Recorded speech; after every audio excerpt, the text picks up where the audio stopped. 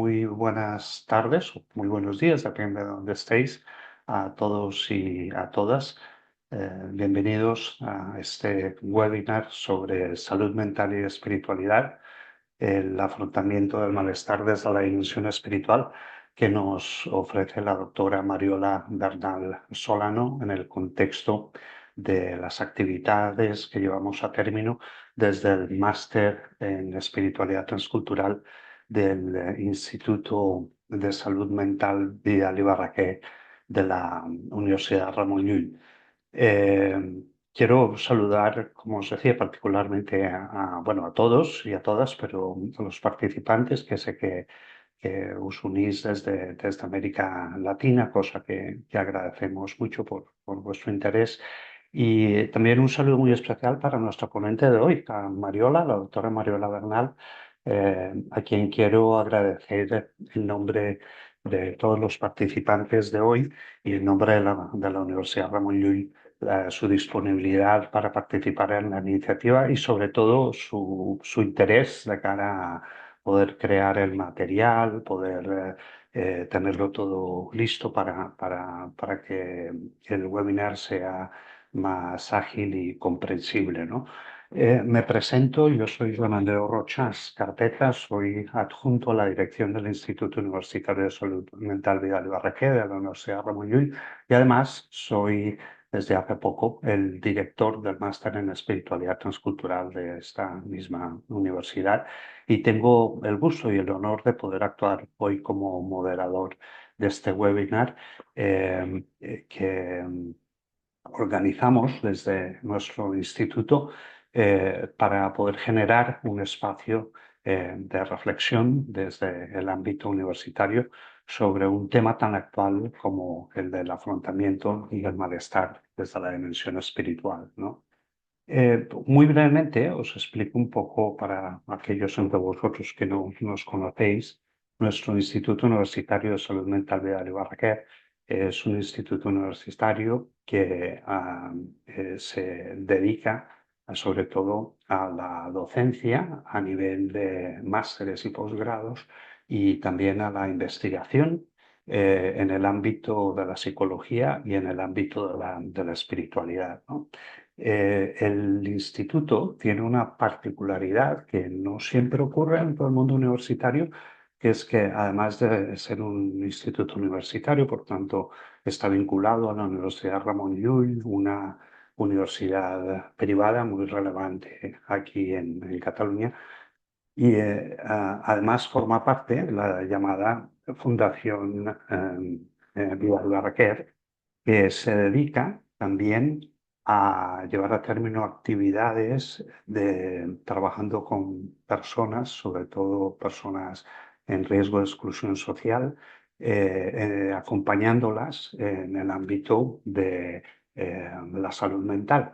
Y más o menos la fundación atiende a un poco más de 10.000 personas en este ámbito, lo que quiere decir que nuestro instituto tiene la ventaja o la particularidad que no solo tiene esta parte de docencia y de investigación, sino que la fundamenta en una fundación que lleva a cabo la práctica, ¿no? La intervención en el ámbito de la salud mental, cosa que enriquece enormemente nuestro trabajo, ¿no? Por parte del estudio de casos, docentes que tenemos, etcétera, etcétera, ¿no? Y dentro de este conjunto está el máster en la espiritualidad transcultural, que precisamente el próximo curso ya celebra 10 años, es mucho tiempo. Antes lo comentábamos con Mariola, ¿no? Que van pasando los años. Durante estos 10 años el máster se ha ido consolidando como un ámbito de estudio a nivel universitario de la realidad de la espiritualidad humana, ¿no?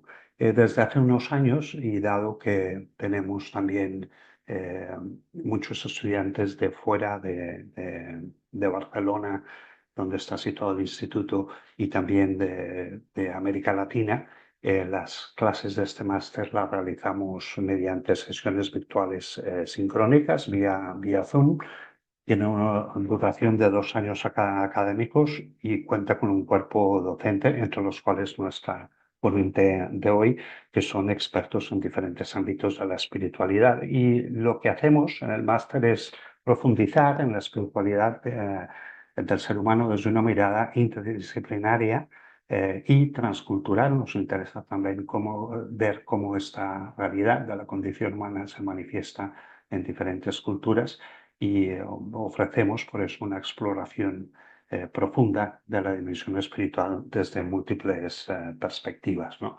En todo caso, para quienes estéis interesados en conocer un poco más del máster, pues podéis consultar la página web de la Fundación Vidal Barraquer, donde encontraréis todos los detalles, ¿no?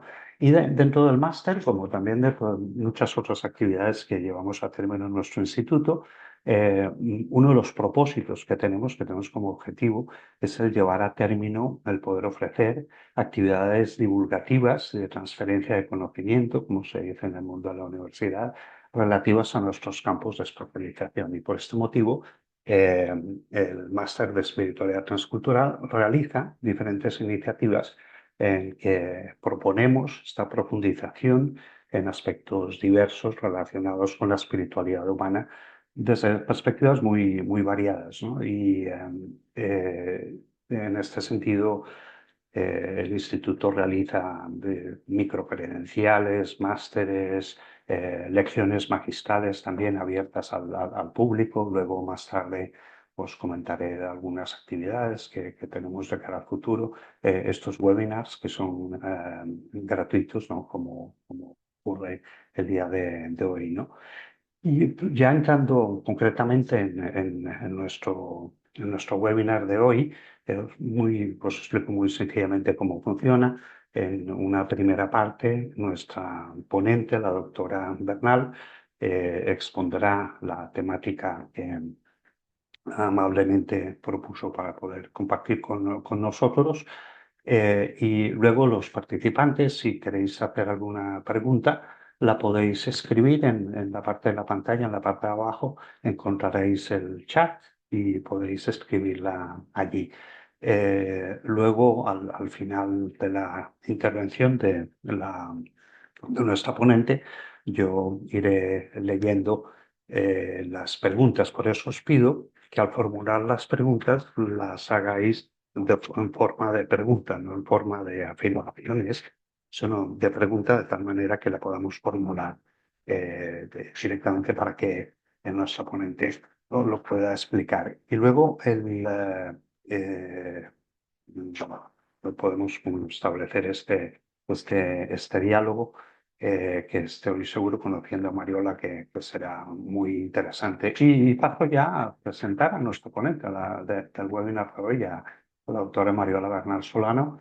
Ella es licenciada en Sociología por la Universidad de Barcelona y es doctora en Antropología Médica por la Universidad Rovira i Virgili, ¿no? Y también se ha formado en múltiples cosas mediante diferentes posgrados en psicología, estudios avanzados de antropología y también, last but not least, como dicen los británicos, también en el máster en espiritualidad transcultural de nuestro instituto, donde estudió también con muy buenos resultados y con mucho provecho, ¿no? Y luego también, como curiosidad, precisamente preparando esta presentación el día de hoy, me di cuenta, cosa que no sabía, que Mariola también estudió en la China, 3 años, si no me equivoco, ¿no? Y eso es una experiencia también que daría pie para otro webinar, pero eso lo dejamos para más adelante. Pero me pareció supremamente interesante por lo que implica sobre esta sensibilidad, sobre la riqueza de la diversidad cultural, ¿no? Ella es investigadora también y docente especializada en la relación entre salud, espiritualidad y determinantes sociales de la salud, un tema que centra, digamos, la temática del webinar de hoy. Y quiero reiterar, Mariola, nuestro agradecimiento porque nos puedas ofrecer este webinar de hoy. sobre este tema tan interesante como la salud mental y la espiritualidad, el afrontamiento del malestar desde la dimensión espiritual. Y no me alargo más, te doy ahora la palabra, así que gracias y adelante, te escuchamos. Bueno, muy buenas tardes a todos y a todas las que estáis ahí detrás, que he visto alguna cara conocida, algún nombre conocido, está por ahí Isabel y Vladimir. Gracias, Joan Andreu, por la presentación y, y además insisto en el agradecimiento porque no son tantos los espacios como concede este instituto para hablar de este tema, ¿no? De poder hablar de salud y de espiritualidad y de seguir construyendo puentes que además que debemos, ¿no? De ir hacia ahí y cualquier oportunidad es súper bienvenida, ¿no? Bueno, esta tarde os voy a hacer una breve introducción de lo que tratamos con más, bueno, con más detalle durante las sesiones del máster. Hemos escogido un título para poderos agrupar un poco una temática que es muy vasta, ¿no? Por otro lado, ahora os voy a ir compartiendo una presentación que ayudará a hilar un poquito todo el argumento. Y bueno, como ha dicho Joan Andreu, como os hablo en parte con la identidad de antropóloga, ¿no? Y todo el interés de la transculturalidad y de los contextos culturales, pero también como estudiosa de la psicología, ¿no? Y con una visión salubrista también, ¿no? Que eso también me es importante recordarlo porque sobre todo he desarrollado la mayoría de mi carrera profesional en la consultoría y en la investigación en salud pública. Entonces, allí hablamos de, como bien ha dicho, los determinantes sociales de la salud, y dentro de ellos estarían, aunque se están reivindicando ya con nombre propio, los determinantes espirituales de la salud, ¿no? Para poder desarrollar y concretar, ¿no? Sabemos que en ciencia cuando podemos nombrar podemos ir avanzando en la investigación y es un paso importante. Así que sin más os voy a compartir esta presentación, que como os hemos comentado yo voy a ir hablando en esta primera parte y después damos paso a las preguntas que os surjan, sugerencias, etcétera. Vamos allá.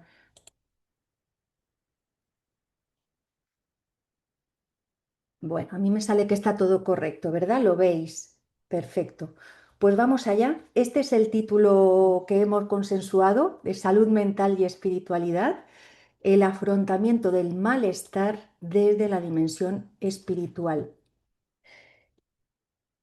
Un poco de contexto para comenzar, aunque va a ser pinceladas, brochas muy gordas y pinceladas breves, pero que nos sitúen un poquito en qué momento histórico nos encontramos, ¿no? Como todo el contexto cultural e histórico es importante para entendernos y saber hacia dónde podemos seguir caminando, ¿no? Me gusta mucho este pintor que va a ir haciendo un poco el acompañamiento en la transición de la estructura. Hay una estructura de 4 partes en la presentación y veréis en cada una de ellas una pintura de Sref Armagan, que es un pintor eh, turco nacido invidente. Sí, y entonces con él han hecho un montón de estudios, pues imaginaros ahora con todos los avances en neurociencia, se han hecho muchísimos estudios para intentar explicarnos, pues en parte lo inexplicable, porque esta persona en esta vida al menos no ha visto nada con sus propios ojos, ¿no? En cambio, con los otros sentidos del tocar, del escuchar, es como él desarrolla y plasma en pinturas y en lienzos estos paisajes, ¿no? Y algún que otro autorretrato. Entonces, bueno, como nos adentramos en un camino que tiene y contiene parte de misterio y que es bueno y rico que siempre esté ahí porque también nos ayuda a cuestionarnos y a darnos un espacio para el no saber, el no sé, que ahí también puede ser un espacio con mucho fruto y muy productivo, pues nos va a acompañar durante esta presentación, como os decía. Entonces, contexto histórico, sabemos que medicina y religión nacen juntas y en este sentido psiquiatría y religión nacen en un momento histórico prácticamente, ¿no? Van desarrollándose juntas.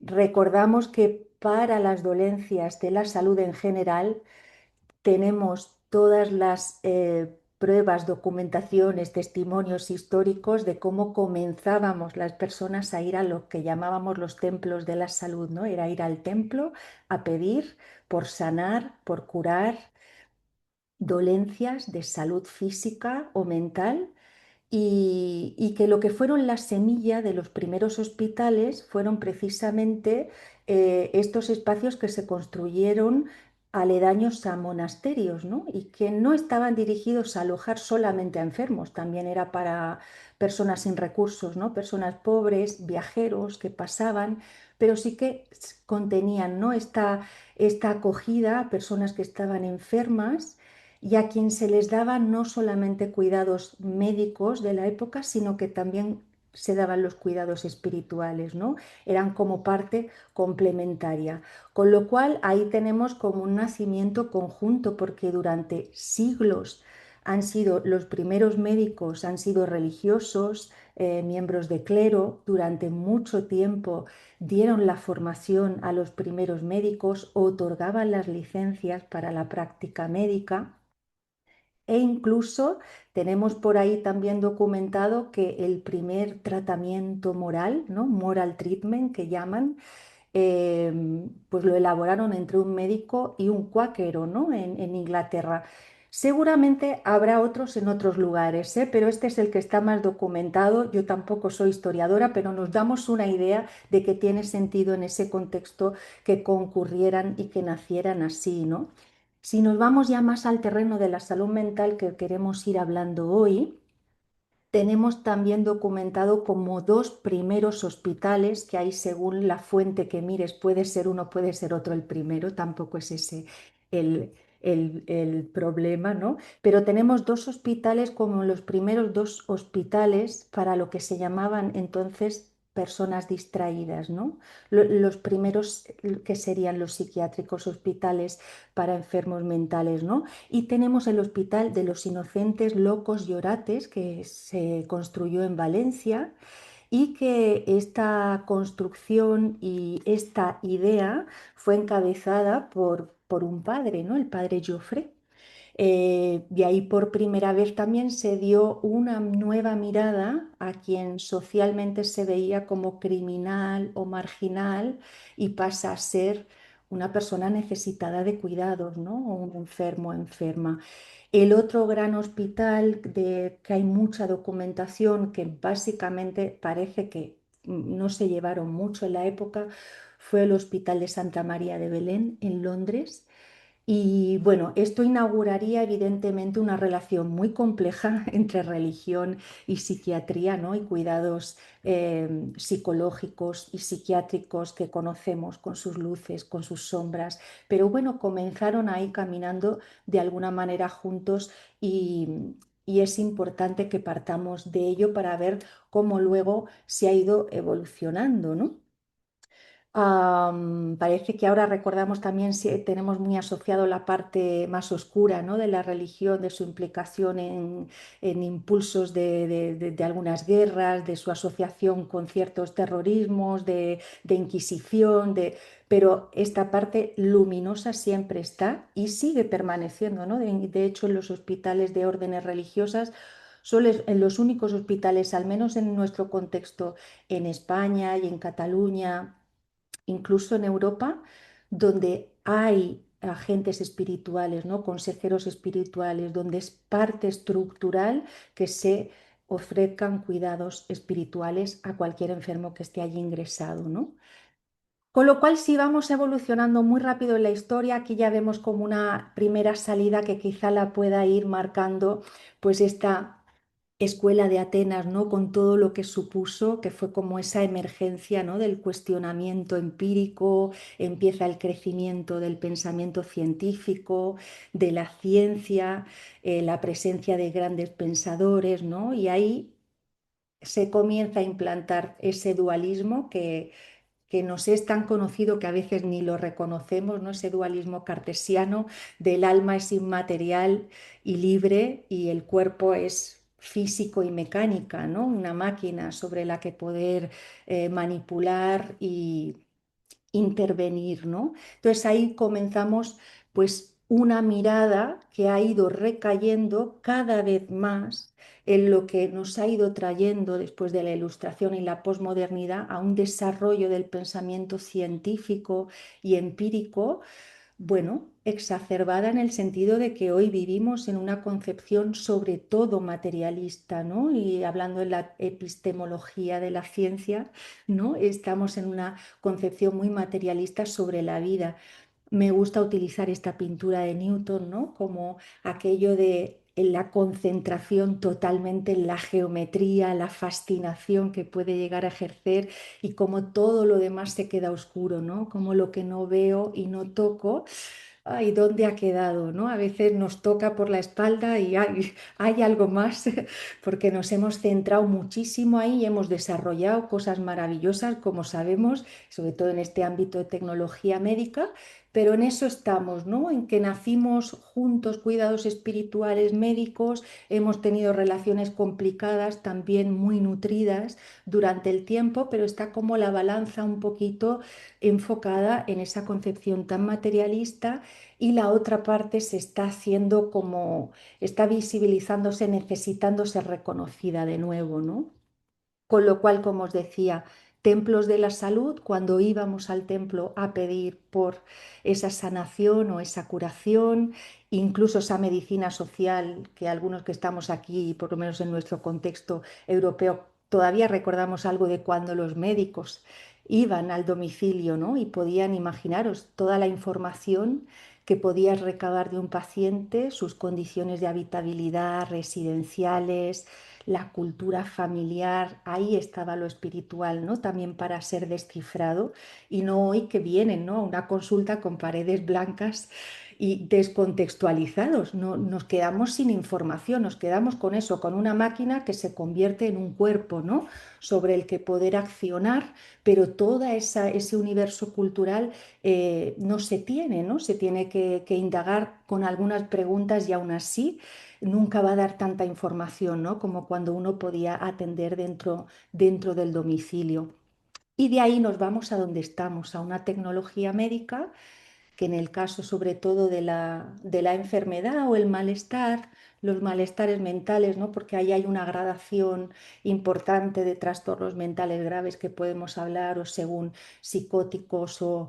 Pero también tenemos toda esa parte de los trastornos del estado de ánimo que son como la nueva epidemia del siglo XXI, ¿no? Los trastornos anímicos, de depresión, de ansiedad o sintomatologías fuertes, ¿no? Pues tenemos todo el mundo de la medicación, ¿no? Que además ahora hace muy poquitos años sabéis que se ha encontrado y están comenzando a comercializar el primer medicamento contra el suicidio para aplicar incluso en una crisis de intento de suicidio, ¿no? Que es que al final las sustancias psicoactivas, si conocéis, han evolucionado poco desde que comenzamos a manejarlas, ¿no? A mediados del siglo pasado.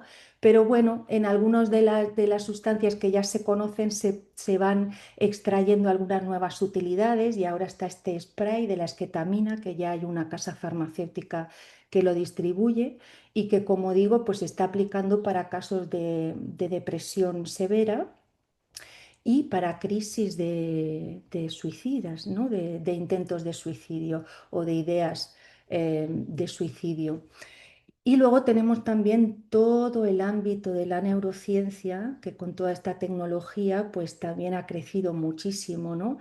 Y es esta mirada de nuevo en intentar explicar el malestar mental a través de un órgano físico, ¿no? Como es el cerebro, además, que es complejísimo y que vamos sabiendo mucho, pero queremos una explicación como genética, ¿no? Física. Y otra vez es eso, está bien, pero tenemos que complementar, ¿no? Hay otra parte que se está olvidando, ¿no? Ese alma que se queda olvidada de la persona que detrás de este cerebro, que el antropólogo Ángel Martínez llama, ¿no? Cuidado con la era cerebral, porque estamos convirtiendo el órgano como al final en la explicación, ¿no? Cómo vamos invisibilizando todo el mundo cultural, el universo, la cosmovisión cultural y espiritual qué hay detrás de la narrativa, ¿no? Que crea esos síntomas también en esa persona. Me gusta traer también esta diapo porque fijaros, en torno a esto que os digo, este señor, Tom Insel, fue director nada más y nada menos del Instituto Nacional de Salud Mental de Estados Unidos por más de una década y fijaros qué testimonio dio después de haber pasado por esta experiencia profesional en su vida, ¿no? Voy a leeros traduciendo así simultáneamente, pero fijaros qué cosa tan interesante dice, ¿no? Porque dice, yo pasé 13 años en el instituto realmente trabajando por la neurociencia y la genética de los trastornos mentales, ¿sí?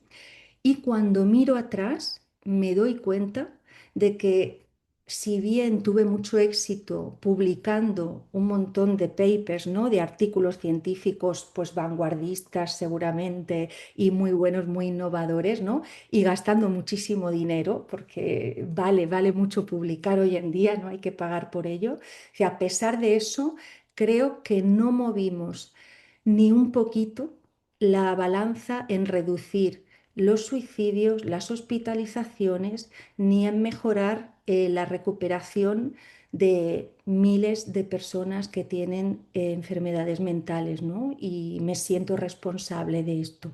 Me parece algo bastante fuerte y que está impresionantemente bien el poder reconocerlo públicamente y que ayude a revisar hacia dónde nos está llevando, ¿no? Esta parte de, bueno, esta fascinación por lo material y por la tecnología, ¿no? Que tiene evidentemente sus límites y que podamos simplemente pues, quedarnos con todos los beneficios, pero recuperar la balanza de lo que puede llevarnos a una mejoría, ¿no? De diagnóstico, de tratamiento y, por supuesto, para la promoción y la prevención, ¿no? De la salud mental que vamos viendo que hoy en día se deteriora por momentos. Venga, otra pintura de nuestro pintor ciego. Y ahora vamos a la dimensión espiritual. Hoy un poquito de datos de, bueno, esta parte que parece que está olvidada, pero ¿qué pasa con ella, no? Fijaros, aquí os traigo avances de resultados que el informe no sé si habrá salido estos días, porque esto no creo tan rápido, porque estos avances vienen de hace un mes, no mucho más, em, del barómetro sobre la religiosidad en Cataluña, ¿sí? Entonces, bueno, estamos hablando de religiosidad, pero aquí contienen, como veis, también se pregunta a todo el mundo, agnósticas, ateas, pues fijaros, rezan en Cataluña año 2026, el 90% de personas que se definen musulmanas tienen una práctica de rezo, 50% de las católicas, pero interesante, 21% de las personas que se autodefinen agnósticas y un 6% de las ateas. O sea que es una práctica que va mucho más allá de la religión, ¿no? Y en la religión sigue siendo un pilar una práctica fundamental, ¿no? Y además diaria. Y fijaros que otros datos también daban que me resultaron curiosos por eso de hablar de esta dimensión trascendental, ¿no? Del ser humano, que hablan que de la población general catalana ahora mismo, un 38% dice hablar con sus difuntos como algo cotidiano, sí, en sus vidas. Un 44% ha ido a un centro de culto y un 30% de personas que se definen ateas o agnósticas meditan o hacen yoga, que esto sabemos, ¿no? Que ha venido también todo el mundo de la meditación oriental y bueno, pues hay una práctica que se ha extendido mucho, el yoga lleva más tiempo y bueno, según cómo se enfoque, es una práctica espiritual profunda, eso es lo que es en su esencia, ¿no? Luego tenemos aquí versiones varias en Occidente, pero hay una necesidad, ¿no? Que podemos ver a partir de estos datos de termómetro. Luego, si nos vamos a un espacio clínico en salud mental, fijaros qué desbalance vemos aquí en el sentido de que, por un lado, los pacientes, esto en algunos estudios que se han hecho en varios países, ahí os he puesto referencias por si alguien quiere mirar más allá porque hay muchísimos estudios. Pero fijaros que aquí uno del 2004 dice que más del 90% en una muestra de casi 1.000 personas, que han pasado por algún tratamiento en salud mental, dicen que agradecen cuando se les pregunta por dimensión espiritual. Y luego otro estudio dice que el 70% de estos pacientes demandan hablar de estos temas y el 22% los sacan en terapia, ¿no? De forma espontánea, que eso es casi uno de cada cuatro. Con lo cual, otra vez vemos, ¿no? Que a pesar del poco espacio que le damos, esto sale porque está, ¿no? Y por otro lado, como os decía, vemos cómo están los profesionales. En este estudio de 2014 se habla de que más la mitad de los profesionales se definen ateos o antirreligiosos. Fijaros que estamos hablando en un momento histórico en el que la perspectiva médica está sentada sobre un modelo hegemónico que tiene un enfoque biomédico. Hay muchos otros, pero es el momento que vivimos, ¿no? Y es el momento dominante, ¿no? Esto también Eduardo Menéndez, que es un gran antropólogo médico, lo acuñó ya hace unas décadas, el modelo médico hegemónico como el modelo biomédico basado en esa biomedicina, que es lo que os explicaba, ¿no? El de intentar explicarnos a partir de lo material, de la objetivización y de la cosificación del cuerpo, pues lo que son las enfermedades, ¿no? Entonces vemos esto, ¿no? Vemos que en contraste de que mientras se definen que tienen algún tipo de afiliación religiosa, un 90% de la población general, algunos estudios hablan a nivel global de más del 80%, solo un 43% de los profesionales dicen de salud mental, profesionales de salud mental, tienen algún tipo de afiliación religiosa. Aquí vemos, ¿no? El desbalance de que cómo vamos a traer a la clínica o a la consulta si nosotros ni nos identificamos y luego no conocemos cómo abordarlo en otro, porque aunque yo no me identifique, puedo explorarlo, ¿no? Que eso es lo que vamos a ver un poquito. Pero claro, no lo entiendo como algo de valor importante y que en algunos casos puede ser hasta incluso fundamental, ¿no? Según el caso que se trate. Aquí tenemos un estudio de los antropólogos de la Universidad Rovira i Virgili, que hicieron ya hace un tiempo, en el 2012, que llamaron los nuevos imaginarios culturales, porque fijaros que ellos trajeron un poco esta tesis de la secularización, ¿no? Como si en Occidente esa secularización hubiera supuesto una pérdida de credibilidad en Dios o en la religión y ya está, y eso no se hubiera transmutado a ningún otro lugar, ¿no? Y aquí un poco es un estudio cualitativo que hicieron, ¿no? Con entrevistas en profundidad, donde vieron que a través de cómo se desarrollan los itinerarios de búsqueda de la salud, vieron como cada vez más hay personas que van buscando una ayuda en términos de salud en esto que acuñaron como espiritualidad terapéutica y en espacios terapéuticos espirituales. Es decir, que en ese modelo médico hegemónico y en los sistemas también, ¿no? Que ese es otro tema que han creado, pues a veces no estamos encontrando, ¿no? Esa parte de cuidado espiritual. Un poco hablan de eso, de que esa secularización no es tan real, es decir, no es que se haya perdido, sino que se ha transmutado en otro tipo de valores, pero que también son espirituales, ¿no?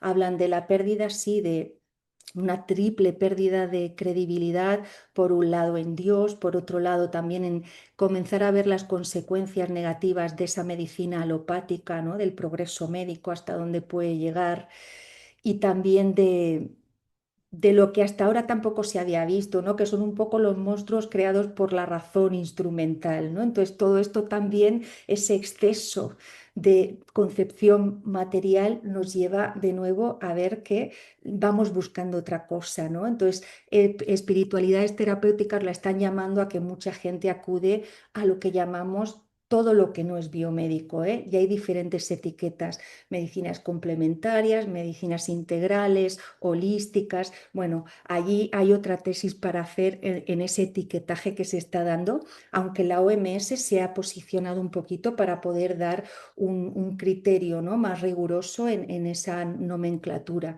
Pero bueno, ahí estamos, ¿no? En que todo lo que no es biomédico provoca rechazo por el estamento, el mainstream, ¿no? Entonces, estamos transitando ese lugar.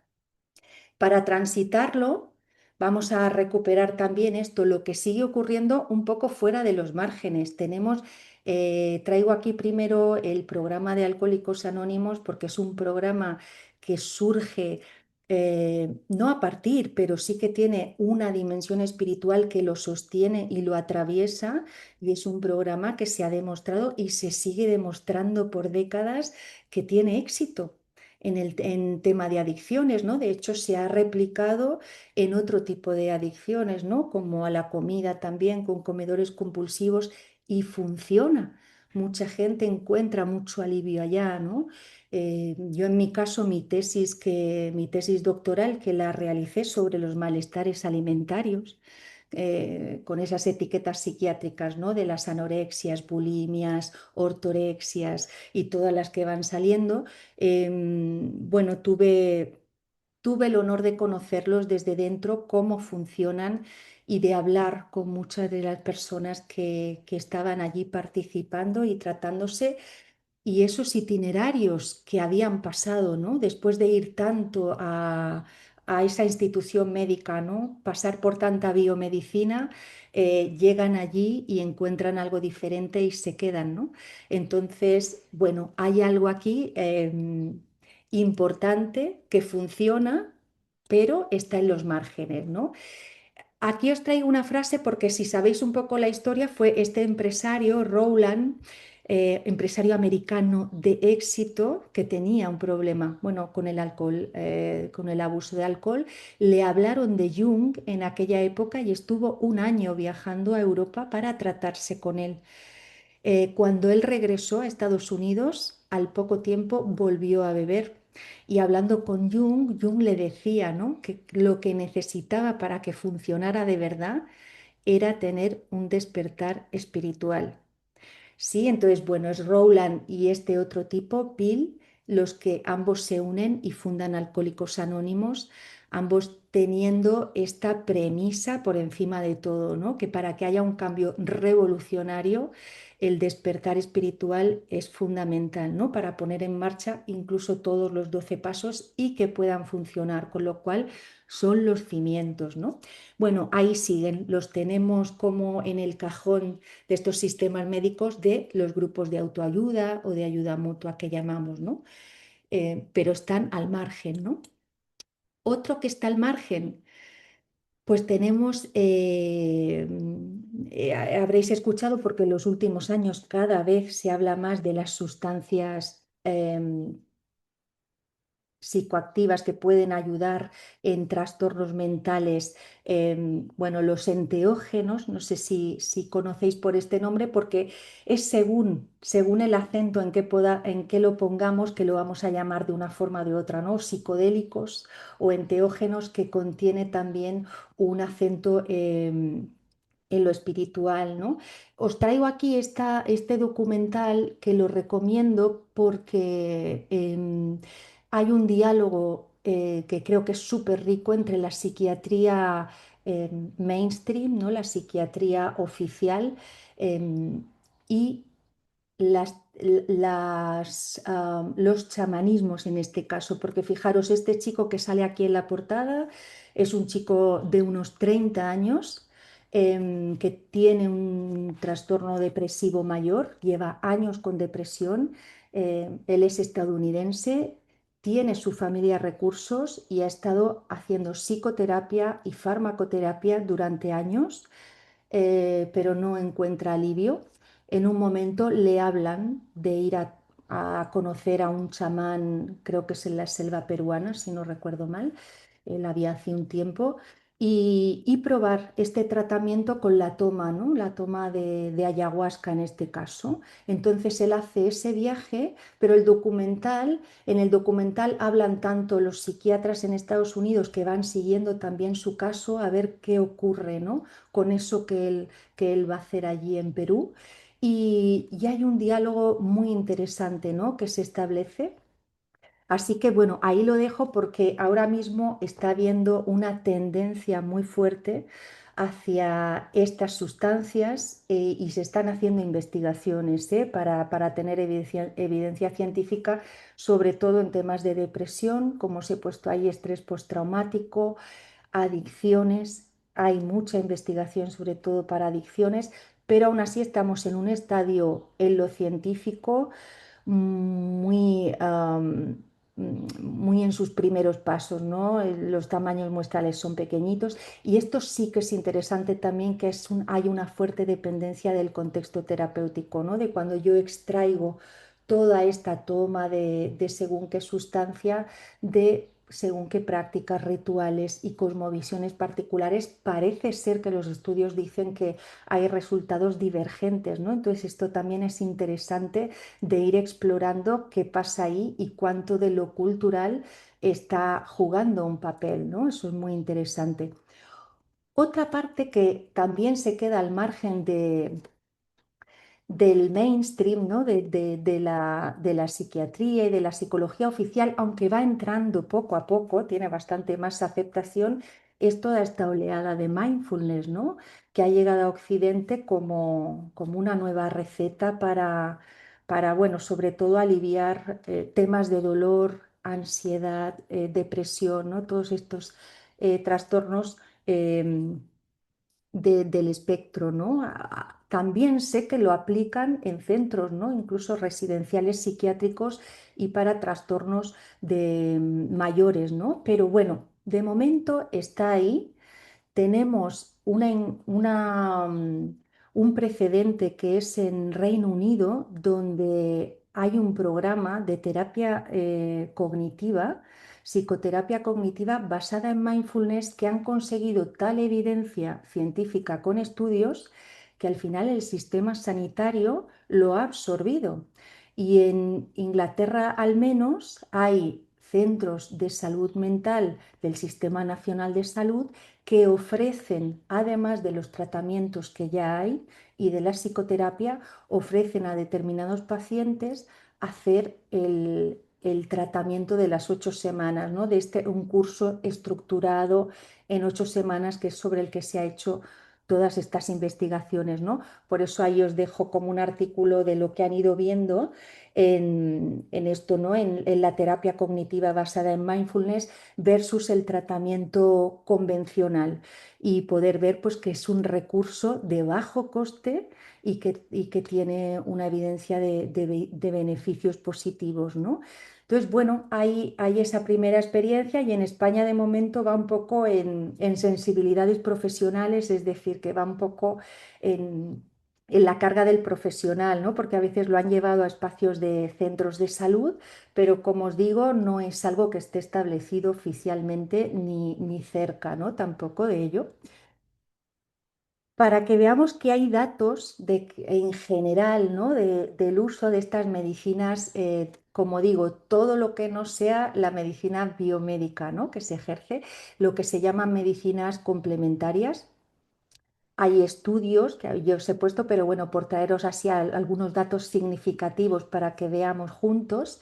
Fijaros que esto se ha hecho en un centro de salud de primaria, han hecho una encuesta a pacientes, o sea que eso es población general muy variada y muy heterogénea. Y luego hay algún estudio más que es una tesis, lo he sacado de varios trabajos, ¿no? Pero al menos en el contexto de España, fijaros que la mitad de las personas de esos pacientes han dicho de haber utilizado alguna vez, ¿no? O sea que para buscar ayuda para la salud han ido a buscar fuera del centro de salud, ¿no? Y una de cada cuatro lo ha hecho en el último año, o sea que es una tendencia que está actual y asentada, ¿no? Tenemos también esta tesis doctoral, igual en la Comunidad de Madrid, 56% lo usan, 66% compran productos, ¿no?, de herbolarios, herboristerías y otros productos utilizados para este tipo de técnicas, que son muy variadas. Y luego, como os digo, también se han analizado datos de las encuestas de salud de España, que son encuestas estandarizadas, ¿no? Y se pueden hacer estudios longitudinales a lo largo de los años. Entonces ahí vemos los datos que se han extraído de 3 encuestas a lo largo de 10 años. Bueno, es un poco menos significativo el dato, también es mucho más heterogénea la población, pero aquí solamente reducido a la búsqueda de ayuda en salud para población infantil, porque solo lo preguntaban, no lo sé por qué, para esta, estima prevalencias entre el 15 y el 47%, con lo cual vemos que aquí desde luego hay algo que se mueve fuera de lo que ofrecemos, ¿no?, en el sistema biomédico de salud. Y como os decía antes, está bueno, no inaugurada porque ya venía una estrategia de antes, pero se acaba de publicar hace muy poquito esta continuación de una estrategia de la OMS para preservar y poder regularizar todas estas medicinas que están fuera del sistema en los países que así requieran o que lo demanden, y que pueda haber una base científica, una formación certificada, es decir, regularizarlo, pero reconocerlas, ¿no? Y no tenernos así en este lugar un poco del uno contra todos, ¿no?, que provoca unos debates también en lo mediático a veces, bueno, muy, muy pobres y muy polarizados, ¿no?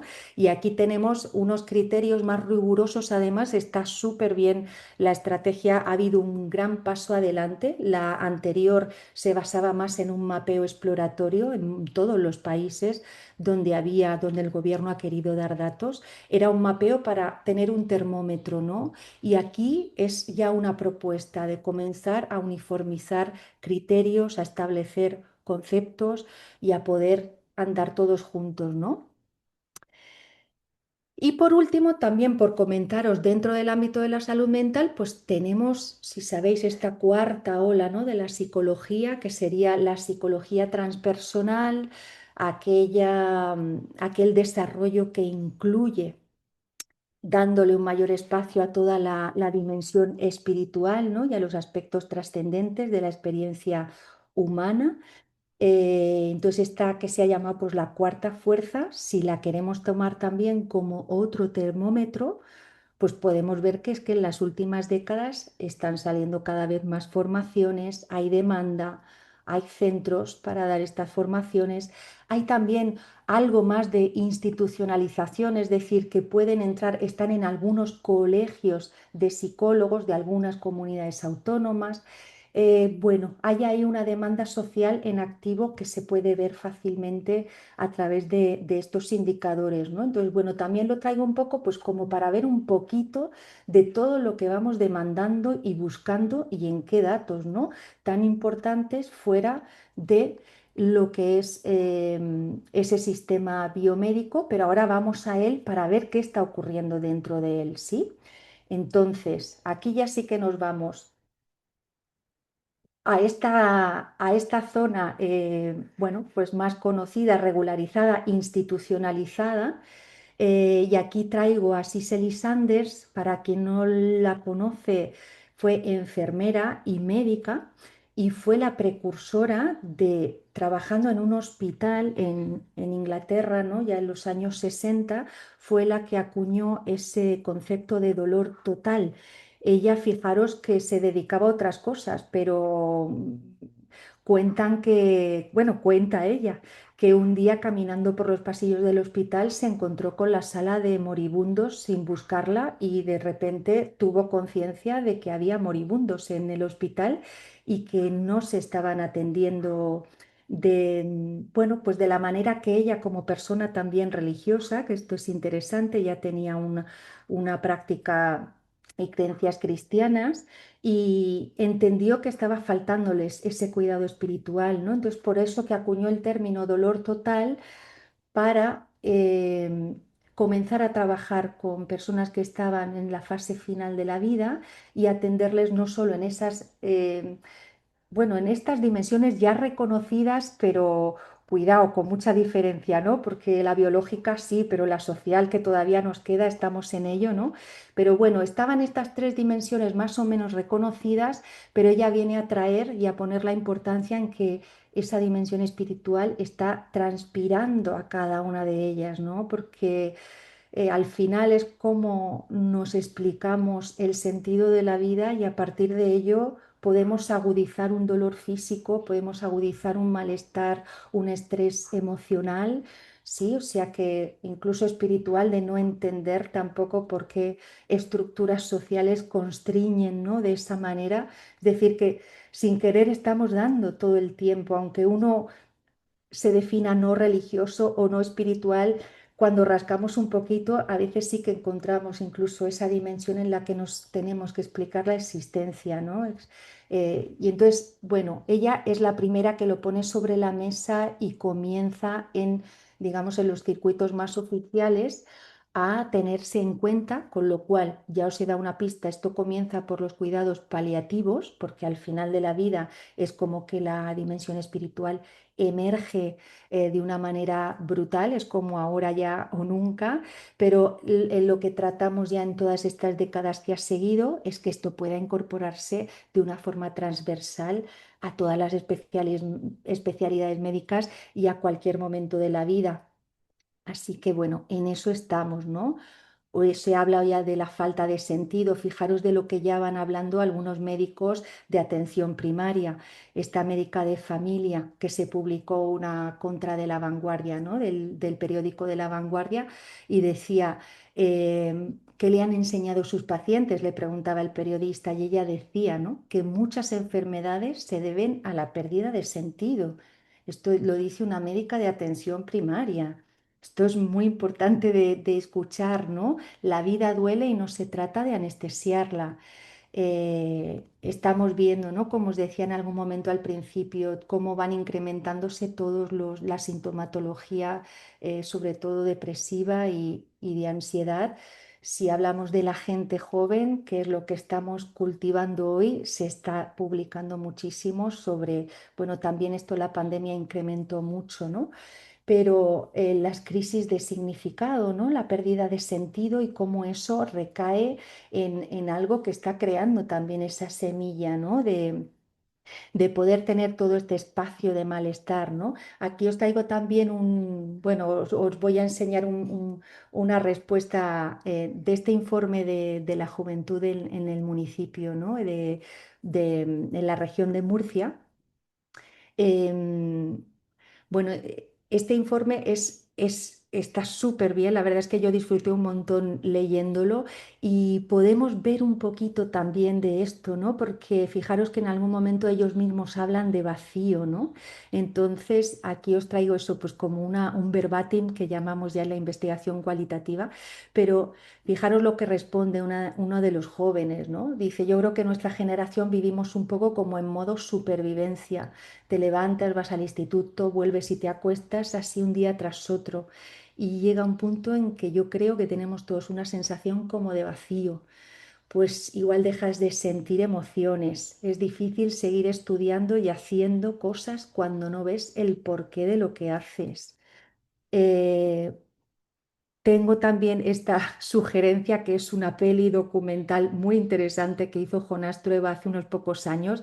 Esto ya es para gente muy, muy interesada porque dura muchísimo, son 3 o 4 horas.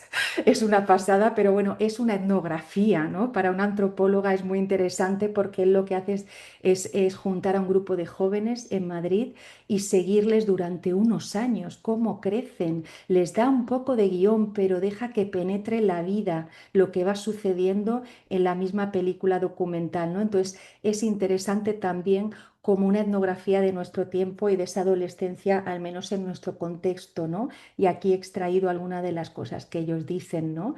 Nos miran como si no fuésemos completos. Esta etapa, la adolescencia, es como un agujero negro. La cabeza no para. ¿Qué voy a hacer con mi vida? ¿Qué habrá cuando la vida pase? A veces no ponemos estos pensamientos en los adolescentes, ¿no? Y ahí están. Entonces también es otra llamada de atención, ¿no? Creo que voy a empezar a ir un poquito más rápido porque sí que veo que al final voy a hablar más de lo que quería, pero bueno, voy tirando un poco, ¿no? Vale. Por todo ello, tenemos desde la mirada de la promoción y de la prevención, si podemos nombrar esta salud espiritual para reforzarla antes de llegar, ¿no?, a males mayores. Fijaros que ahora se le está dando este tipo de etiquetas, ¿no? Las pongo aquí porque todas vienen a ser con algunos matices, pero se vienen a referir a lo mismo, ¿no? Y es fijarnos en esa dimensión espiritual que os decía, ¿no? En esa cuarta dimensión, ¿no? Salud espiritual.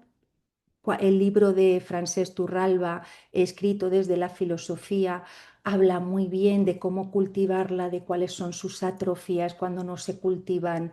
Y él, por el otro lado, tenemos otro libro que se llama igual, de dos estadounidenses, psicóloga y físico cuántico, o al revés, ella creo que es física, y desde otra mirada un poco más orientalista, porque Dana estuvo viviendo en China mucho tiempo y enseñando en una universidad china, con una mirada orientalista pero científica de la física, es muy interesante también cómo van dando claves de qué es esto de la inteligencia que se traduce en salud espiritual y que puede prevenirnos de, como os decía, ¿no?, de lo que parece que nos vemos abocados como no hagamos nada, ¿no? Por hablar de otra institución oficial para ver que sí que se mueven cosas dentro del establishment, es que en la Asociación Psiquiátrica Mundial ya desde el año 2003 se establece una sección dentro en religión, espiritualidad y psiquiatría. Esto estaba.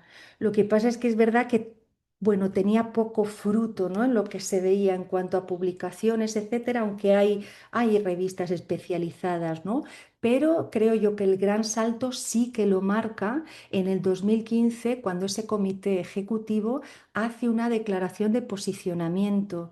Y la verdad es que es un decálogo que incluye todo, es una guía de ruta total para decir esto es importante, no podemos esperar más y hay que empezar por la formación a los profesionales de salud mental, dar herramientas, cómo se ha de realizar en la práctica clínica, eh, hacer más investigación, etcétera, ¿no? Es decir, que tenemos la hoja de ruta, ahora toca volcarla, ¿no?, en la práctica.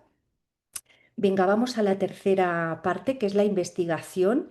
Aquí os traigo como dos clásicos, porque estos son dos libros que recogen revisiones de estudios. En el primero es una revisión de muchos investigadores, son casi 40 investigadores porque son capítulos de diferentes personas y traen, bueno, los datos más actualizados sobre las relaciones no solo de religión, sino de cualquier tipo de espiritualidad, agnosticismos, etcétera, sus relaciones con la salud, con lo cual es casi un manual.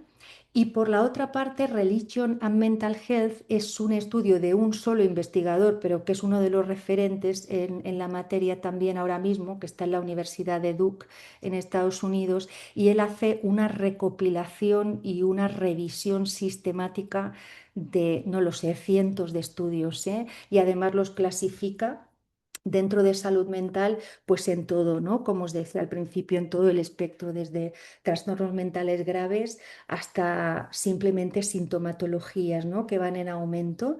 Este es Harold Koenig y de él os traigo pues para que veáis cómo va desarrollando teoría, ¿no? Hay un modelo explicativo que está desarrollando sobre los efectos de la religión y espiritualidad.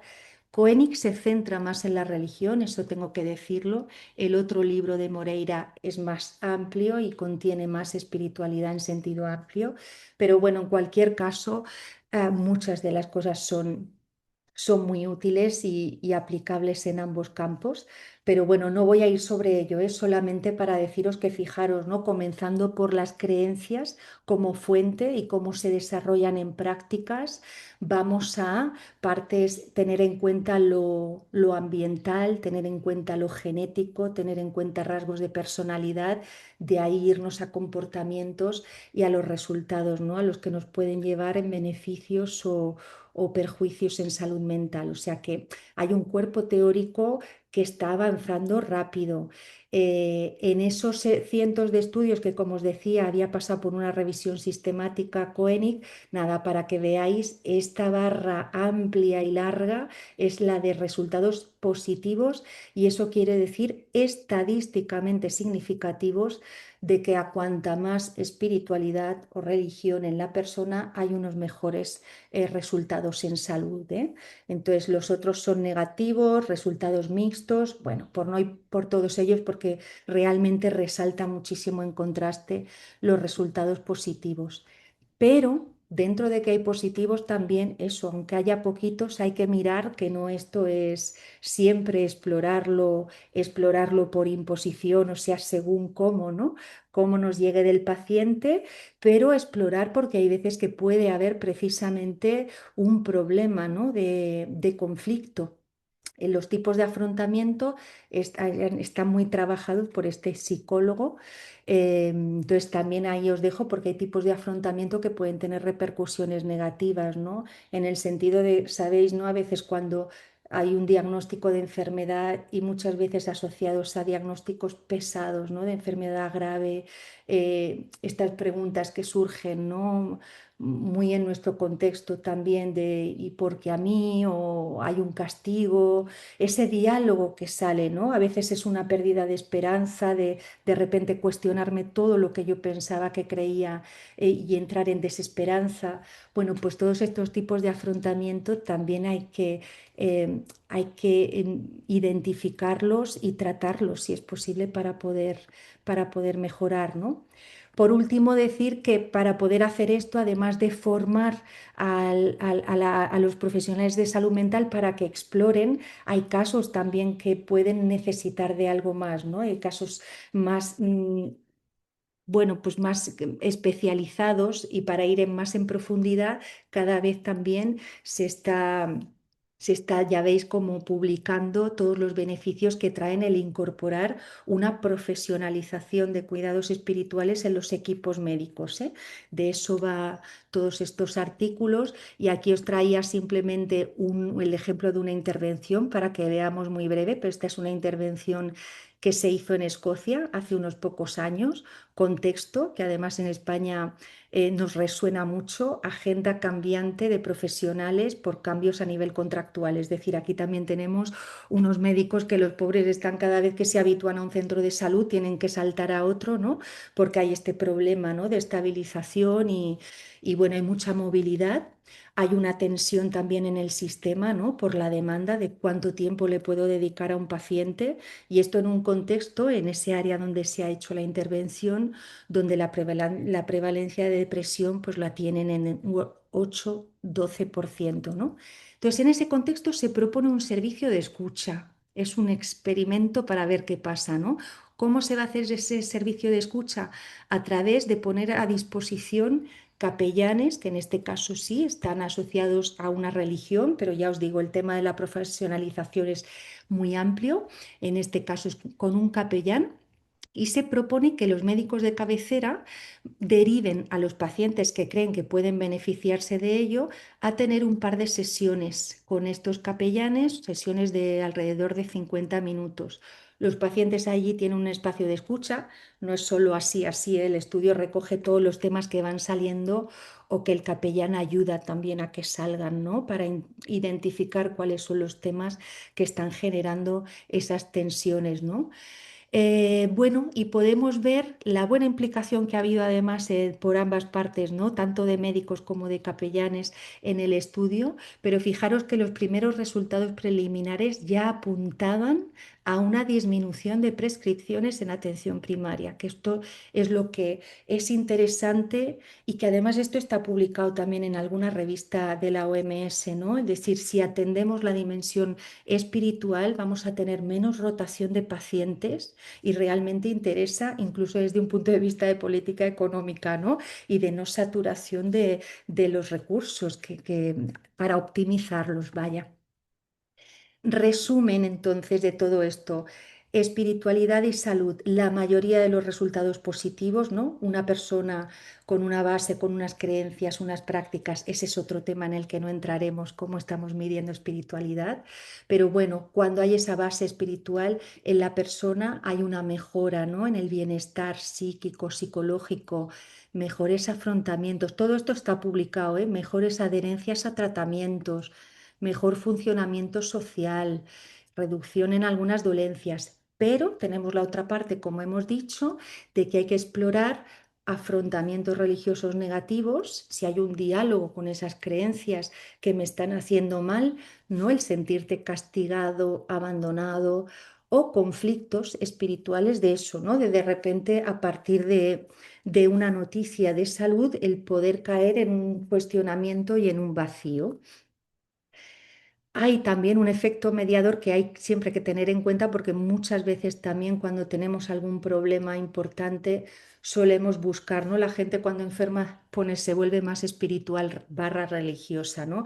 A veces, a veces en la vida, como sabéis, ciertos eventos hacen que tengamos un despertar en este sentido y por eso también se tiene en cuenta en los estudios en algunos este fenómeno, ¿no? Pero en general, como veis, los resultados suelen ser pues muy balanceados hacia lo positivo que nos puede traer, ¿no?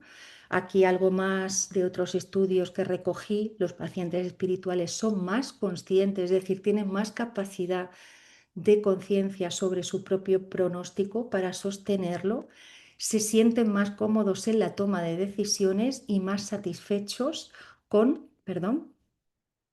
sus decisiones sobre tratamiento y cura, ¿vale? Así que ya cerrando con esta última parte de nuestros próximos pasos y que ya básicamente os he avanzado por ese posicionamiento también de la Asociación Mundial de Psiquiatría, que evidentemente vamos hacia la necesidad de una mayor formación, de mayor inclusión, de atrevernos en la práctica clínica ya a abarcarlo, a trabajarlo allí y, por supuesto, acompañado de más investigación, ¿no? De hecho, hay estudios que hablan de esas barreras que reportan hoy en día los profesionales de salud mental para poder traerlo, ¿no? a las sesiones clínicas. Y básicamente, fijaros que hablan de la falta de formación que tienen siendo el predictor más fuerte de que no lo hagan, el temor a ofender por no saber, ¿no? También, entonces esto es interesante, sin haberlo abordado antes, sin tener herramientas, hay un miedo, ¿no? A poder explorar eso. Hay algunas más, hay escepticismo, por supuesto, por parte de profesionales, hay prejuicios, hay falta de interés también, tampoco nunca se ha traído esto a la agenda, ¿no? Y luego también, además de la falta de práctica, por eso sería un paso siguiente, ¿no? Practicarlo primero en mí, una vez que ya tengo el interés, que entiendo la dimensión y la importancia para el tratamiento, practicar primero conmigo, ¿no? Pero luego también tenemos esta parte estructural que es la falta de tiempo a veces en los servicios, la falta de privacidad y todo esto también lo han ido reportando, ¿no? Acabo ahora sí que sí. Ahora es verdad de verdad. Esta es la última diapo. Así que bueno, por dar algunas recomendaciones de esos próximos pasos, de ponerlas un poco más sobre la mesa y concretarlas más, que esto ya os digo, es que hay ya documentación para poder tener guías orientativas, guías clínicas, rutas de por dónde hacerlo. Es verdad que la mayoría se están elaborando en Estados Unidos, el mundo anglosajón, pero se pueden tomar, ya es un trabajo muy avanzado, aunque se hayan hecho allí, se han hecho en conferencias de consenso con profesionales de muchos países, pero igualmente el ámbito espiritual va a ser siempre algo que voy a tener que adaptar al contexto en el que esté, ¿no? Como profesional. Pero bueno, comenzar por esto, ¿no? Por concienciarnos de la relevancia y si nos ponemos a ello es añadir, ¿no? Incluir esta historia espiritual del paciente, ¿no? Respetando, validando, apoyando las creencias que tenga, identificando si hay alguna necesidad, porque podemos escuchar, pero que allí no haya nada donde seguir trabajando, a lo mejor. Eh, Ya os digo que al final es explorar para saber si puede servirme de un refuerzo positivo para traer beneficios o si detecto algo que en ese ámbito pueda estar generando más malestar, ¿no? O sea, por eso la necesidad de exploración, identificar si hay esas necesidades y cuáles son y abordarlas, ¿no? Si uno no puede, pues tener también esa posibilidad de que haya profesionales especializados en el acompañamiento, en los cuidados espirituales. Entonces, ya vemos que esto, sí, lo estoy poniendo así un poco como en los profesionales, pero realmente trata de algo colectivo. Y de un cambio, ¿no? De paradigma institucional, ya que incluso en las reuniones de equipos médicos no suele ser algo que surja, ¿no? Pero bueno, vamos poco a poco y ya sabemos de algunos que se atreven y lo van haciendo, así que vamos animando, ¿no? Con todo esto. Os voy a dejar ahora de compartir. Ok, aquí os retomo a todos, dándoos las gracias muchísimas por la atención, que bueno, creo que he estado A ti, como una Mariola. horita Sí. No, y muy bien, vamos a muy ver bien. qué tenéis ahí, si habéis tenido alguna pregunta. Muy bien, muchísimas gracias, Mariola, por esta presentación eh, que seguro hablo en nombre de todos, nos permite acercarnos a esta realidad del vínculo entre salud mental y espiritualidad. Y tal como decías, ahora damos pie a la parte sobre de las preguntas que queráis hacer. Para hacerlo, como decíamos al inicio, en la parte del chat, en la parte inferior de la pantalla de vuestro computador, podéis escribir la pregunta. Os pedimos, por favor, que sea una pregunta porque así Mariola lo puede responder. Y yo iré leyendo las propuestas de preguntas que tenéis, pero dado que ya antes algunos estudiantes me habían pasado alguna pregunta y luego también personas del personal de nuestro instituto que desafortunadamente no pueden estar presentes hoy en el webinar, pero me habían planteado alguna cosa. Una cuestión que veo que inquieta a quienes tenemos una relación directa o indirecta con el ámbito de la salud mental es, tú nos has señalado, ¿no? Subrayado la cantidad de evidencias que hay de este vínculo casi natural entre lo espiritual y la salud mental, pero una pregunta que nos surge a muchos de quienes trabajamos en este ámbito es cómo, cómo son recibidas estas evidencias. ¿No? Es que pues, después de muchos años en los cuales esta temática ha quedado casi eliminada, ¿no? El panorama con muchos prejuicios, como tú has ido señalando.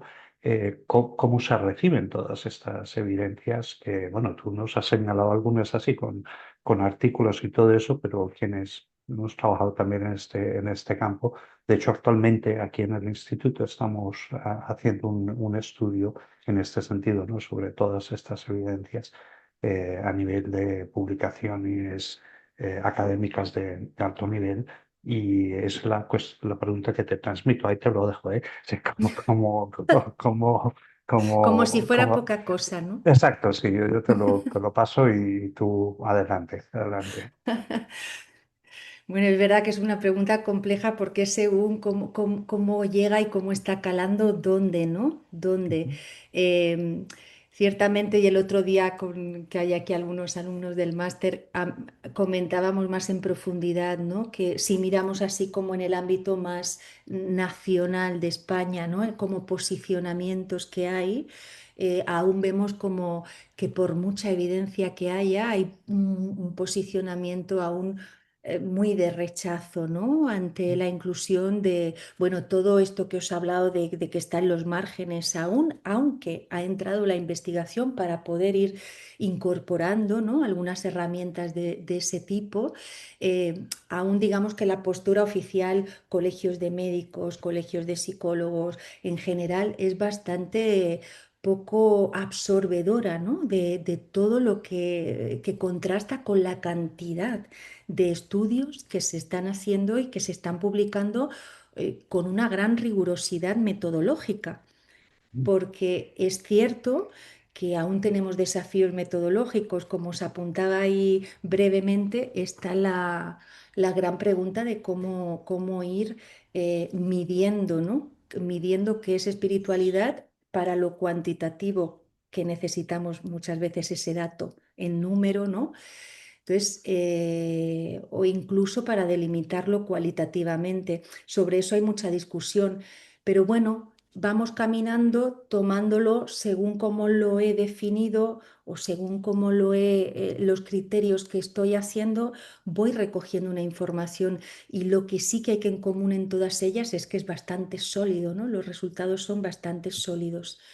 Aún así, yo cuando trabajo directamente en talleres y en clases, ¿no? En formación con profesionales sanitarios de la salud pública, claro, yo los que recibo son porque están muy interesados, por eso digo, ¿no? Que tengo esa mirada de según dónde. Y ellos sí que me cuentan, ¿no? Y por eso sé de ese rechazo, nos dicen, ¿no? En un curso que hemos estado dando durante varios años en la Escuela Andaluza de Salud Pública, nos hablan de cómo ellos tratan de llevar lo que han aprendido en el curso a sus servicios, a sus unidades, ¿no? Y cómo se encuentran, bueno, con bastantes barreras todavía, con lo cual Ujú. necesitan que sigamos dando como más red, porque en la formación eso está muy bien también, se forma red y así pueden sentirse también con más fortaleza para luego cuando vuelvan al centro de salud, cuando vuelvan al hospital, cuando vuelvan a sus equipos, que sí que haya una red detrás que sostiene, ¿no? Y que se alimenta. Y eso creo que sí que con la formación vamos consiguiendo.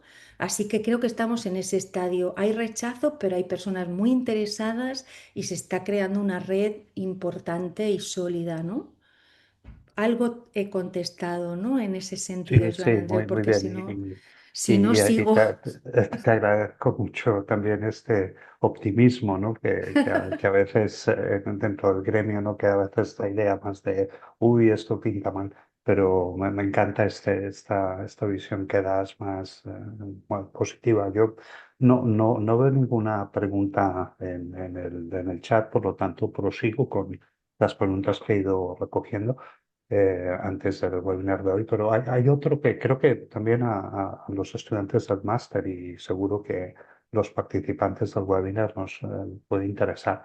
Es sobre todo con relación a la aproximación, obviamente, que tú nos ofreces y es lo que habíamos comentado, ¿no? Está centrada en, por lo que podríamos decir, el mundo occidental, ¿no? Pero ¿hasta qué punto los elementos culturales, ¿no? En otros contextos culturales? Tú, por ejemplo, que tuviste la oportunidad de vivir 3 años, creo que fue en la China, o que seguramente por tus publicaciones se ve que has estado en contacto también con personas, digamos, profesionales de otras culturas. ¿Hasta qué punto este elemento cultural se diferencia de la situación de lo que podríamos llamar más Europa o el mundo anglosajón?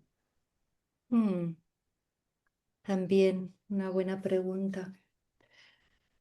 Mm, es verdad que esto es algo muy, por eso decía, ¿no? Que las guías están, pero hay que adaptarlas donde lo vayas a hacer. Pero es que incluso dentro de un mismo país, ¿no? Eh, hay unas culturas institucionales incluso, ¿no? Donde siempre hay que tener en cuenta lo cultural.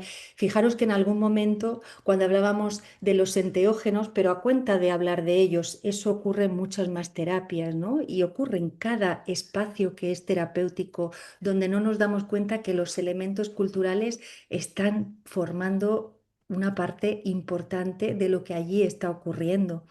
Con Ujú. lo cual, lo digo porque a veces sí que es cierto, es muy bonito, a mí me encanta el mundo de lo transcultural, ¿eh? Yo en la tesis, fijaros que lo que hice fue Sabéis que las etiquetas estas de, como os decía, de lo que a mí prefería llamar malestar alimentario para no psiquiatrizar, ¿no?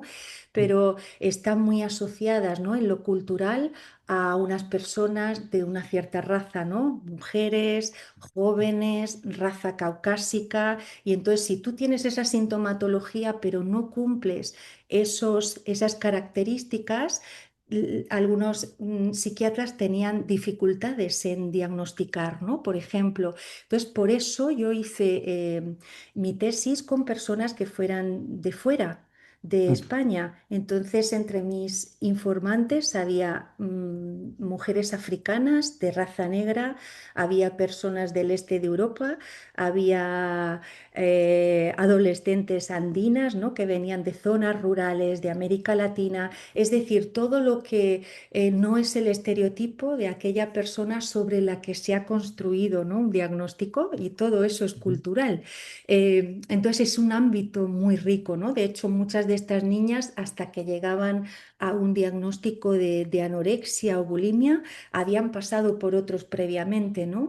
De estrés adaptativo, porque claro, al ser inmigrante, hasta que caían luego en eso. Entonces se va viendo cómo la cultura nos va dirigiendo mucho, ¿no? Incluso en la salud, pero en la salud mental se hace más obvio, ¿no? Pero bueno, con esto vengo a decir que, aunque no soy conocedora, porque en mis años en China me acerqué, por supuesto, como antropóloga médica, yo quería tener todas las dolencias para poder ir a hacer autoetnografía. Entonces hice bastante trabajo de campo, pero nunca desarrollé una investigación en sí porque yo andaba escribiendo mi tesis allí, además, ¿no? Entonces no tengo como aquellos datos que se dicen grosos de investigación, pero sí muy experienciales.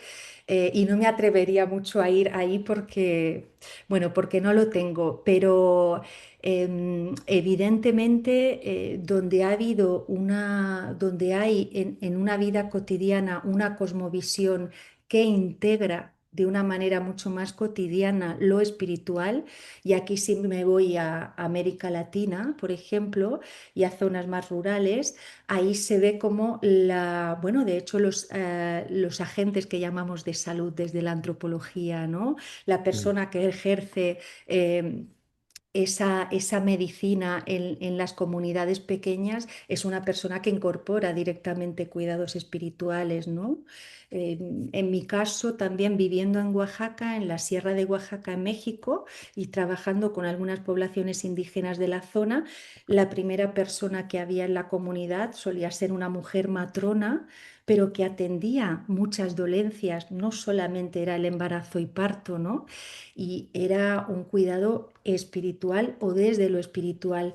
Ya luego iban llegando los centros de salud con la biomedicina, donde curiosamente obligaban de alguna manera poniéndoles, ¿cómo os diría?, recompensas a la población para que fueran, porque si no por su propio pie, claro, comenzaba siendo algo ajeno, algo muy aséptico y algo donde lo espiritual no estaba. Entonces, que fueran a un centro de salud para empezar a hacerles analíticas, etcétera, fue todo un proceso, ¿no? Entonces, bueno, sí que vemos que, claro, hay mucha diferencia según en qué ámbito rural, urbano, ¿no? Según qué país, continente, pero quiero decir que incluso dentro de una misma ciudad, la institución en sí tiene una cultura en la que hay que ver qué cabida y qué tipo de adaptación pueda tener eso, ¿no? Ujú. Muy bien, muy bien, muy bien. Gracias también por esta respuesta que creo que también nos hace pensar mucho y que luego también con mucha frecuencia reducimos lo que es el contexto de esta realidad a nuestro entorno, ¿no? Y como tú señalabas antes, decías, claro, estamos hablando de datos no solo de una cultura, sino que dentro de cada cultura hay una gran pluralidad donde habría que adaptar muchas de las Totalmente. iniciativas que se están llevando a cabo, ¿no? Por lo tanto, creo que es un punto importante para señalar. Y veo que te leo la pregunta, ¿no? Que me acaba de aparecer. Buenas tardes, gracias por la ponencia. Soy antigua alumna del posgrado de acompañamiento espiritual. Es otro de los programas que llevamos a término aquí en el Instituto Universitario de Alibaraquer.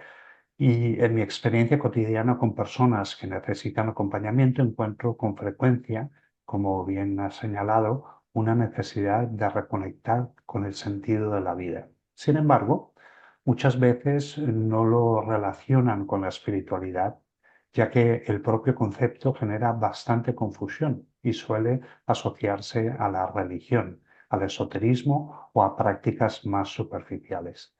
¿Te has encontrado también con esta dificultad a la hora de hablar de espiritualidad? Gracias. Ay, qué bien la pregunta, ¿no? Y qué bien Bueno, redactada además y todo. sí, pues, sí. Está perfecta. Bueno, pues has dado con la clave primera, ¿eh? Porque ahí es donde nos encontramos en los principios.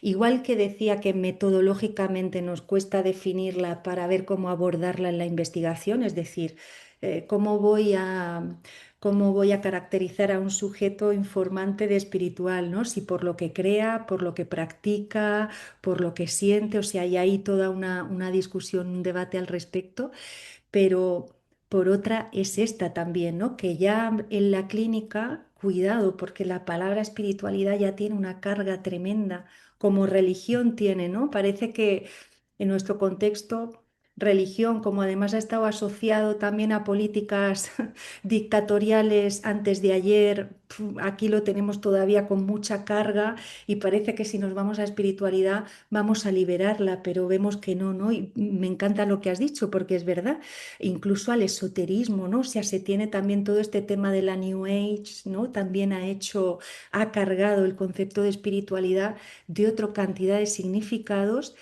que cuesta mucho despojar. Entonces, es cierto que fijaros que están saliendo para la práctica clínica hay algunos cuestionarios, ¿no? Como digo, si hay un montón de instrumentos y herramientas que se están desarrollando, entonces muchas de ellas te dan como una lista de preguntas para que puedas utilizarlas, ¿no? Para indagar. Y algunas están eliminando el mencionar ni siquiera religión ni siquiera espiritualidad. Fijaros que hay una sobre que además se ha hecho un estudio de evidencia de lo beneficioso que ha traído. Y es un estudio que se ha hecho por parte de, no recuerdo si eran enfermeras, pero que hacían dos preguntas a los pacientes. Pero claro, la intención es esta, ¿eh? Es tocar y explorar y ver si sale algo de esta dimensión. Pero fijaros que lo que les preguntan es muy simple. Les dicen, ¿qué es lo que más te importa ahora mismo? Y segunda pregunta, ¿puedo ayudarte con ello? O sea, ¿puedo ayudarte en algo para esto? Y ya está, no estamos mencionando nada, ¿no? Fijaros que así le quitamos toda la carga, pero es una manera de poder entrar a cualquier persona y ya según lo que haya ahí, quizá ya puedo ir incorporando otra terminología, ¿no? Más concreta, pero es verdad que es muy importante que sea el paciente primero quien la trae, ¿no? Porque si la traemos desde el otro espacio, sabemos que hay una jerarquía ahí que también está funcionando y puede entorpecer muchísimo. Entonces, sí, llevas toda la razón. Yo además tengo un artículo sobre este tema que escribí hace un par de años y está en una revista, creo que está en abierto, ¿eh? O sea, se puede descargar. Hice la genealogía del término espiritualidad y un recorrido un poco por todo esto que os estoy explicando ahora mismo, ¿no? Que es lo que me viene brevemente. Pero sí, es como, uf, ya ni siquiera utilizarla, saber que esta es la base conceptual y entendernos cuál es el concepto, pero luego abrirlo a quitarle todo ese peso, ¿no? Y Muy interesante tanto la pregunta como la respuesta. De hecho, si me permitís, que creo que a veces en el máster lo hemos, ¿no?, hablado también, ¿no? Que la dificultad que representa el estar de acuerdo en lo que llamamos espiritualidad y la pluralidad de interpretaciones, ¿no?, que vienen desde contextos muy diferentes, ¿no?, desde la filosofía, la antropología, la sociología, la comunicación intercultural. Sí, no es fácil, no es fácil, pero veo que Están la pidiendo el misma pregunta artículo. tiene el artículo, o sea Yo estoy que sí. buscándolo rápido a ver si puedo encontraros el link. Creo que lo tengo, Pero no, ¿eh? Por si no. si te parece, o digo, para facilitarla, si lo encuentras, me lo pasas y lo puedo facilitar a los participantes Perfecto, del perfecto. webinar. Tenemos el correo electrónico y así os lo enviamos para que podáis, porque creo que puede ser de una gran utilidad. Es interesante, sí, para Sí, esta sí, pregunta seguro, sobre seguro. todo, si, Sí, si sí, te sí. interesa saber un poquito más, está bien, sí, Exacto. Y súper. veo que no me aparece otra pregunta en la pantalla, pero sí que te refiero a una pregunta que precisamente tuvimos hoy al mediodía, mientras comíamos con uno de mis colegas de aquí, que desafortunadamente no puede estar aquí, ¿no? Y me señalaba, me preguntaba, pregúntale, me decía, ¿no? Pregúntale eh, ah, si hay prácticas espirituales que han mostrado tener un impacto particularmente positivo, ¿no? En la gestión, por ejemplo, del estrés o del duelo o de la incertidumbre. ¿Te- ¿Tienes alguna Mm. evidencia que dices, mira, esto va hacia aquí? O pues que es una pluralidad de prácticas, ¿no? Que esto a veces nos quedamos en la pregunta de qué queremos decir con espiritualidad y si es aceptable o no el término, pero de hecho hay prácticas espirituales que entiendo que dan una respuesta positiva a muchos niveles. ¿Nos podrías un poco orientar en este sentido? Bueno, con prácticas es mucho más fácil por eso, ¿no? Porque las Ujú, podemos definir y es esa práctica. Entonces, ujú, bueno, esto ya lo sabéis, el mundo de la meditación sí la entendemos como práctica religiosa y espiritual, que otra vez como el mundo del mindfulness al occidentalizarlo se ha transformado también un poquito, ¿no? Se ha ujú, secularizado. Hay ujú, ámbitos que mantienen más la esencia del origen, otros menos. Hay un debate aquí también, por eso es que aquí silamos fino, pero es una práctica espiritual. Yo la defiendo como tal, aunque haya aplicaciones evidentemente que están muy secularizadas y que van de una manera demasiado directa a la causa-efecto de bajar un estrés, pero si luego eso no tiene un contenido más profundo, la persona vuelve a tener estrés otra vez, ¿no? O sea, ujú, ahí es cuando vemos que la práctica sola o según cómo la práctica no tiene la suficiente potencia para transformar. De ahí viene la parte espiritual, ¿no? Sólida y experienciada. Pero bueno, sobre meditación hay muchísimo, de muchos tipos de meditación y todos los beneficios. Y de mindfulness es que es una burrada. Yo creo que han puesto muchísimo dinero ahí, también hay que decirlo, que la financiación ha caído por todos sitios. Entonces hay una masa de evidencia descomunal. Yo, de hecho, a los alumnos del máster les enseño un gráfico, ¿no? Con las publicaciones que hay.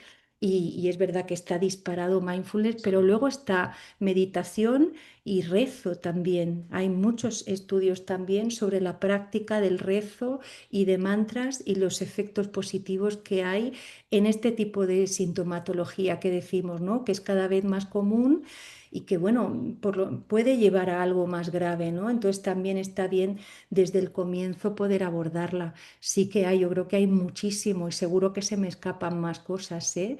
Yoga también. Lo que pasa es que, cuidado, también eso, como muchas veces están publicados en según... que sí que hay cada vez más revistas que puedan tener índices de impacto, es decir, que puedan jugar en la liga oficial, cada vez hay más y que dan cabida a estas terapias, pero están empezando, todavía hay mucho prejuicio, ¿no? Con esto de la pseudoterapia, que habría que definir bien, bien qué es, y creo que esa estrategia que mostré de la OMS puede venir a ayudar en ese sentido, ¿no? muy bien, Mm. muy bien. Pues te agradezco mucho la respuesta y la claridad. Y imagino que también en este campo hay un camino a recorrer en recoger las evidencias que sean científicamente válidas y Rigurosas. rigurosas y que puedan servir como argumento para poder establecer un diálogo más, digamos, científico, por decirlo así, a nivel de los debates sobre esta temática. Sí, eso creo que es un camino que, que tenemos que fortalecer, ¿no? Sí.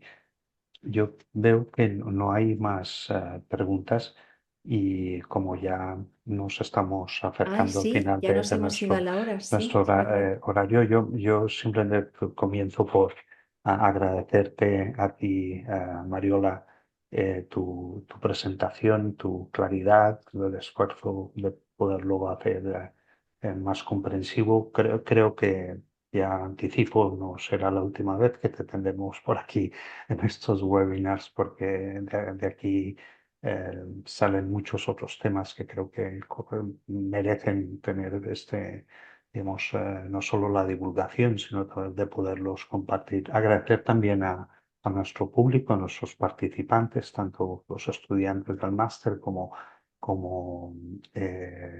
personas de diferentes instituciones y de diferentes países también que nos habéis acompañado, cosa que demuestra que es una temática que suscita también un gran interés en ámbitos muy diferentes.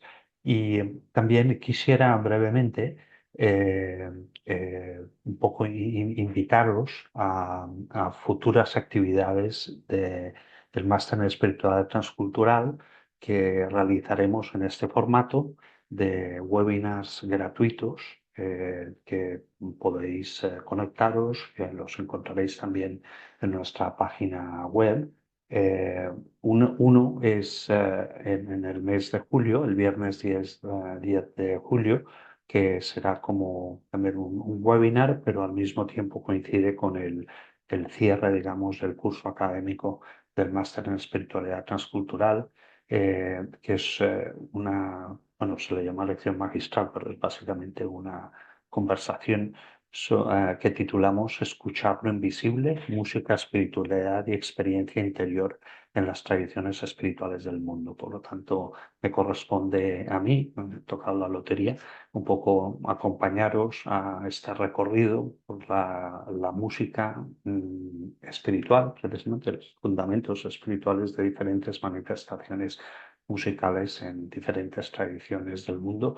Por lo tanto, será una charla más ligera en el sentido que tendremos música, vídeos, todo esto para poder un poco conocer esta dimensión tan importante también de la espiritualidad.